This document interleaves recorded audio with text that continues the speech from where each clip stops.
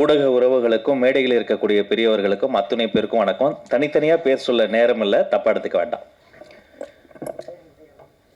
தம்பி தங்கதுரை பேசும்போது இங்க சொன்னாரு, அரசியல் பிரமுகர்கள் நிறைய பேர் வந்திருக்காங்கன்னு நம்மள சொன்னாரு. இல்ல, நீ நிறைய பேசிட்ட, பேச கொடுக்குறாரு.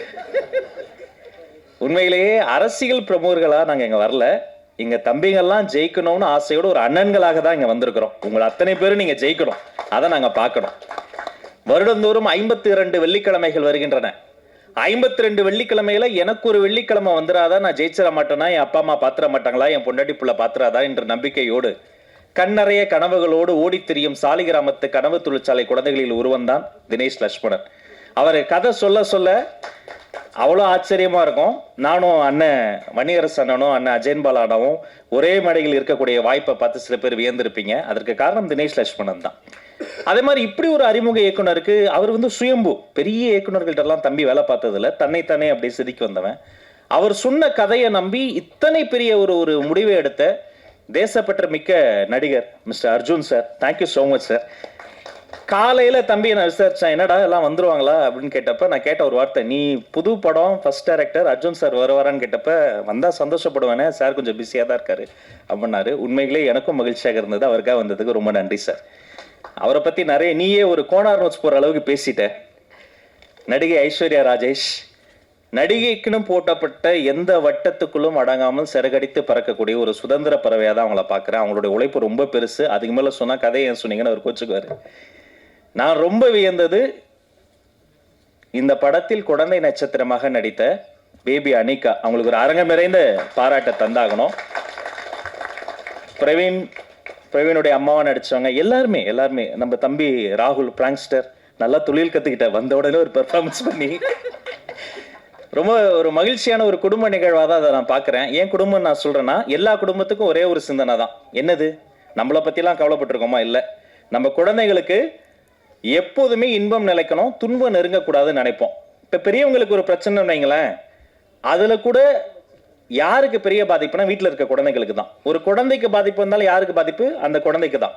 பெரியவங்களுக்கு வந்தாலும் குழந்தைங்க, பேரண்ட்ஸ்க்கு வந்தாலும் குழந்தை, வீட்டுக்கு பாதிப்பு வந்தாலும் அந்த குழந்தைக்கு தான். அப்போ மகிழ்ச்சிகரமான ஒரு குழந்தைகள் வாழக்கூடிய ஒரு மகிழ்ச்சிகரமான அட்மாஸ்பியராக நம்முடைய வீடும் இந்த நாடும் இருக்கணுன்ற ஒரு கருப்பொருள் இருக்கு பாருங்க. அதுக்காகவே தினேஷ் லட்சுமணனுக்கு ஒரு அரங்கம் நிறைந்த கைத்தட்டல தரணும். அந்த சிந்தனை, அந்த கருப்பொருள். நான் படம் பார்க்க போனப்ப நானும் வன்னித்தோழரும் உட்காந்து பேசிக்கிட்டு இருந்தோம். பயங்கர அடிதடியா தான் போச்சு, த்ரில்லரா போச்சு. என்னமோ பண்ண போறாரு, என்னென்னமோ வந்தது. அப்புறம் கொஞ்சம் போகும்போது திடீர்னு அண்ணன் வேலராமூர்த்தி அண்ணன் வந்தாரு.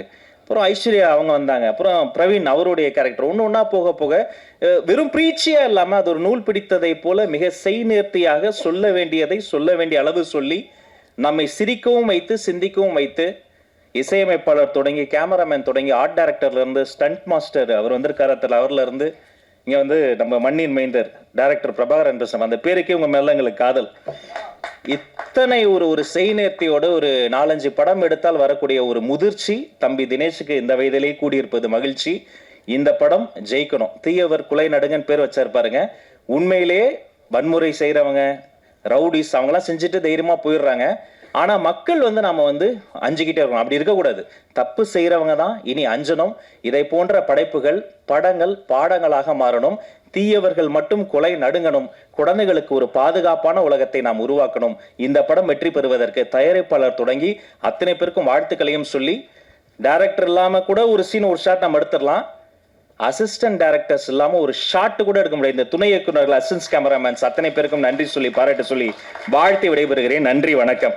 திரைப்படத்தின் இயக்குனர் மரியாதைக்குரிய தம்பி தினேஷ் லட்சுமணன் அவர்களே, இதில் ஹீரோ யாரு ஹீரோயின் யாரு என்கின்ற அடிப்படையில், அதாவது ஹீரோயின் தான், ஆனால் படம் முழுக்க ஹீரோவாகவே நடித்து கலக்கியிருக்கின்ற மரியாதைக்குரிய ஐஸ்வர்யா ராஜேஷ் அவர்களே, ஆக்ஷன் கிங் அர்ஜுன் சார் அவர்களே, தயாரிப்பாளர் மரியாதைக்குரிய அருள்குமார் அவர்களே, இதற்கு முன்பு இங்கே பேசி வாழ்த்தி அமர்ந்திருக்கின்ற தமிழக வெற்றி கழகத்தினுடைய மரியாதைக்குரிய கொள்கையரப்பு செயலாளர், சரியா சொல்லிட்டேனா? துணை பொதுச் செயலாளர், அது சரி தப்பாக தான் சொல்கிறேன்.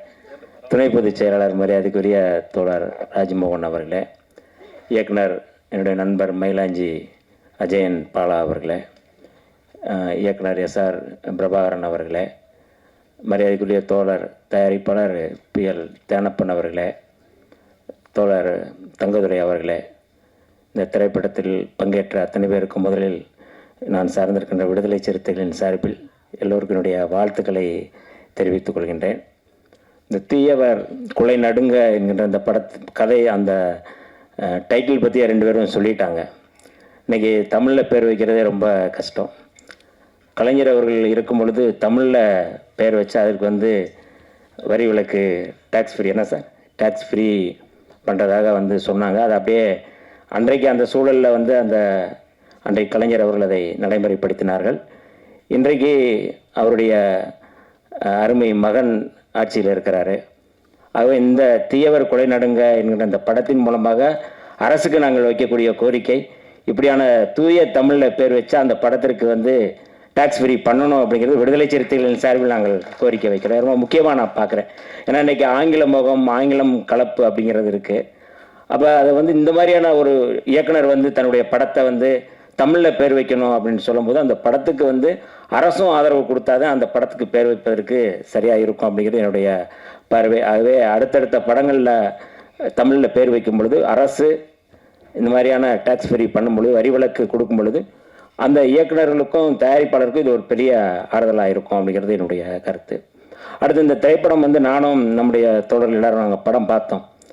ரொம்ப அதாவது இந்த சூழலில், இப்போ இருக்கிற சூழலில், சமூக சூழலில், சமூக கட்டமைப்பில் ஒரு பொம்பளை பிள்ளை வளர்க்குறதே சொல்லுவாங்க கிராமத்தில் மடியில் நெருப்பை கட்டிக்கிட்டு இருக்குது போலன்னு சொல்லுவாங்க கிராமத்தில்.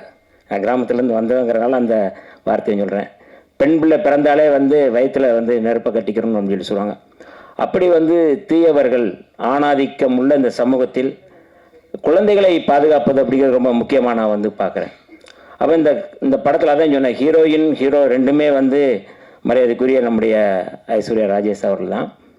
ஒரு அதாவது அதிகார வர்க்கத்தில் இருப்பவர்கள் எப்படியெல்லாம் தன்னுடைய இவ்வளோ மோசமாக செய்கிறாங்க, பிள்ளைகளை செய்கிறாங்க, அவங்கள எப்படியெல்லாம் பாதுகாத்துக்கிறாங்க, அதை எப்படி காவல்துறையும் அதிகார வர்க்கமும் எப்படி அவர்களுக்கு ஆதரவாக இருக்கிறாங்க. அப்போ இவர்களுக்கு பாதுகாப்பு அப்படிங்கிறது நமக்கு நாமே பாதுகாப்பு தான். பெண்கள் இன்னைக்கு பெண்கள் அரசியலமைப்பு சட்டத்திலே பெண்கள் ஆயுதம் வைத்துக் கொள்ளலாம் இருக்கு. அதுவே அரசியலமைப்பு சட்டத்தில் இருக்குது, பெண்கள் தன்னை பாதுகாத்துக் கொள்வதற்கு. ஆக இப்படி அதாவது குழந்தைகளை பாதுகாப்பதற்கு, பெண்களை பாதுகாப்பதற்கு அப்படிங்கிறது வேற யாரோ வரணும்னு அவசியம் இல்லை. நம்மளே அதை பாதுகாத்துக்கிறணும், நம்மை நாமே தற்காத்து கொள்ள வேண்டும் என்கின்ற அடிப்படையில் தான் இந்த கதை களம் உருவாகி முழுமையாக நம்ம சொன்னோம்னா அதுக்கடுத்து நிறையா அது தவறாக போயிடும். அதிகார வர்க்கத்துக்கு எதிராக காவல்துறை போன்ற சட்டம் ஒழுங்கை பாதுகாக்கக்கூடியவர் கூட இதை பாதுகாக்க முடியவில்லை. அப்போ இவர்களே இன்னைக்கு பெண்களே அதை பழி வாங்குறது, பெண்களே அதில் ஹீரோயினாக இருந்து பண்ணுறது அப்படிங்கிறது உண்மையை மிக சிறப்பாக நடிச்சிருக்கிறாங்க மரியாதைக்குரிய ஐஸ்வர்யா ராஜேஷ் அவர்கள். தெலுங்கு படங்கள்லேருந்து வந்தால் அவங்க விஜயசாந்தி போன்ற படங்கள் வந்தாங்கன்னா அதை ஆதரித்து ஆகவோன்னு சொல்கிறவங்க நம்முடைய ஊரில் இப்படி ஒரு படம் ஹீரோயின் சப்ஜெக்டாக ஆக்ஷன் ஹீரோவாக வந்திருக்கிறாங்க. ஆக்ஷன் கிங் பக்கத்துலேயே ஆக்ஷன் ஹீரோயின் இருக்கிறது உண்மையாகவே இந்த உண்மையை நீங்கள் படம் பாருங்கள், அப்படியே ஒரு அமர்க்கலமாக பண்ணியிருக்காங்க. ஏற்கனவே அவர் திட்டம் 2ன்னு நினைக்கிறேன் அந்த ஒரு படம் பண்ணியிருந்தேன், ரொம்ப பிரமாதமான படம். அப்போயே நாங்கள் அந்த படத்தை பற்றி நான் எக்ஸில் எழுதியிருந்தேன். திட்டம் 2 படத்தை அது ஒரு முக்கியமான படம். அதாவது ஹீரோ ஹீரோயின் தாண்டி அந்த கதைக்களத்தை தன் கட்டுப்பாட்டில் வச்சுட்டு அதை எக்ஸ்போஸ் பண்ணுறதுங்கிறது இருக்குல்ல, அது மிக முக்கியமான கதைக்களமாக நான் பார்க்குறேன். நான் இன்றைக்கி சாதி ஆணவ படுகொலைகள் நிறையா நடக்குது, பெண்களுக்கு நிறையா பாதிப்பு இருக்குது, பெண்களுடைய பாதுகாப்பு குறித்து கேள்வி இருக்கின்ற சூழலில் இப்படியான படம் அப்படிங்கிறது தீயவர்கள் குலை நடுங்கணும் அப்படின்னா பெண்கள் எல்லோரும் இன்னைக்கு தன்னைத்தானே பாதுகாத்துக் கொள்வதற்கான நடவடிக்கைகள் ஈடுபட வேண்டும் என்பதை அந்த படத்தினுடைய கதைக்களமாக நான் பார்க்குறேன். ஆகவே இந்த படத்தை தயாரித்த இயக்கிய தினேஷ் ஒரு இன்னும் குறிப்பாக இந்த படம் எடுத்து 2 ஆண்டுகள் ஆகிட்டதாக 2 வருஷமாக ஆகிட்டதாக சொன்னார்.